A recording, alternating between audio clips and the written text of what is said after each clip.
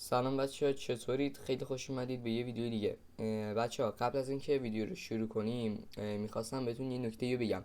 بچه ها، من برنامه‌ای که وایس ضبط میکنم یعنی OBS در واقع یه نمیدونم حالا باگه یا چیه، ولی یه جوریه که در واقع صدای خودم رو از صدای گیم خیلی کمتر ضبط میکنه و یه سری جا خودم هم حتی متوجه نشدم که چی گفتم، که مثلا میخوام براتون زیرنویس بزنم و همین دیگه. ببخشید برای این موضوع و بریم سراغ ویدیو. سلام بچه ها، چطورید؟ خیلی خوش اومدید به یه ویدیو دیگه.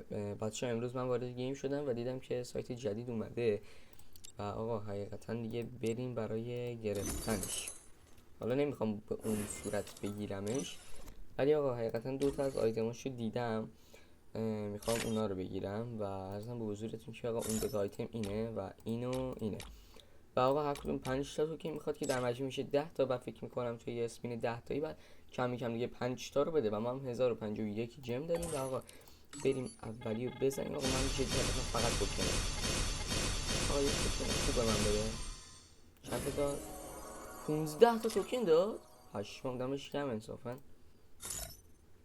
با یه 110 تا کارمون رو جمع کردیم. اوه همیشه بالی.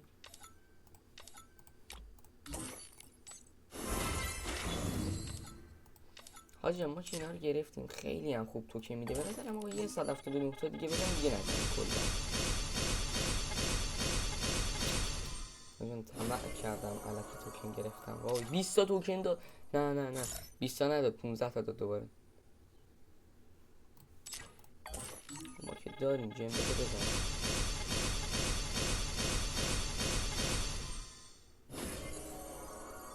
شد 35 تا. فقط داره 15 تایی میده.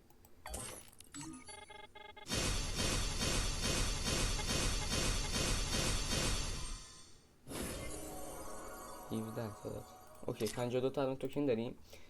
آقا بریم اینم بگیریم دیگه، چاره نیست واقعا.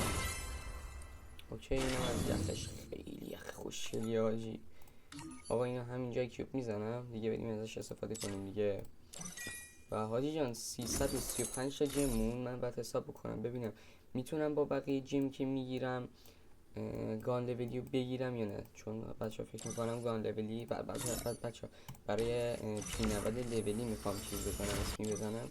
فکر میکنم اگه تو گردونه موکوبیت فکر میکنم کلا 1584 تا جیم میخواد و آقا من برم یه حساب و کتاب بکنم و ازم به حضورتون که برگردم. و اوکی بچه من حساب و کتاب کردم و متوجه شدم که 1875 تا جم برامون میمونه با گرفتن کل ماهانه، که باز میتونیم که گان لولی بعدی رو بگیریم. حالا بعدی دقیق نه ها، میخوام گان لولی P90 رو بگیرم و اونجوری که حساب کردم اگه توی فقط گردونه موکو استور بیاد میتونم بگیرم. و اینم از این ویدیو بود. امیدوارم که از این ویدیو خوشتون اومده باشه و همین دیگه. و تا ویدیو بعدی، خدافظ.